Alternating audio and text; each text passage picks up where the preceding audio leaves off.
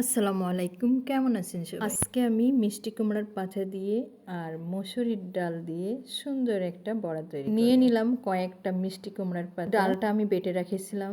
কাঁচামরিচ, পেঁয়াজ, আদা আর ধনিয়া পাতাও বেটে নিয়েছি, সাথে হলুদ দেব, সামান্য লবণ দেব, দিয়ে সুন্দর করে ডালটা আমি মেখে নিব। ডালটা মাখানো হয়ে গেছে, এবার আমি নিয়ে নেব মিষ্টি কুমড়ার পাতাগুলো, নিয়ে একে একে সুন্দর করে পাতার উপরে বেটে রাখা ডালটা দিয়ে সুন্দর করে দিয়ে দেব।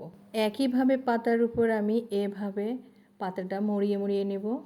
পাতাটা আমার মোড়ানো হয়ে গেছে, একইভাবে আমি সবগুলো পাতা মোড়াবো। হয়ে গেছে আমার সবগুলো পাতা একে একে ম্যারিনেট করা। চুলায় দিয়ে দেব একটা প্যান, দিয়ে দেব তেলটা গরম হয়ে আসলে পরেই আমি একে একে পাতাগুলো দিয়ে দেব। অল্প আছে পাতাগুলো আমি ভেজে নেব। পাতার ভিতরে যে ডালটা আছে কম আছে ভেজে নিতে হবে, না হলে পাতা আগে পুড়ে যাবে, ডালটা সেদ্ধ হবে না। পাতাগুলো আমি উল্টে পাল্টে মুসমুসে করে ভেজে নেব। এভাবে করে পুড়িয়ে পুড়িয়ে মুসমুসে করে ভেজে নামিয়ে নিব।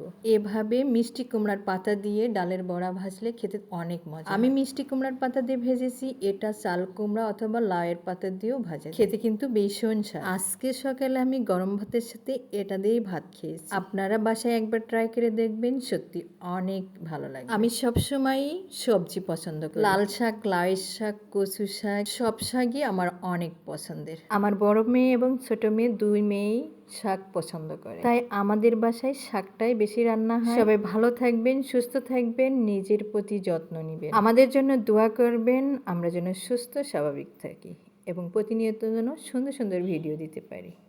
আল্লাহ হাফেজ।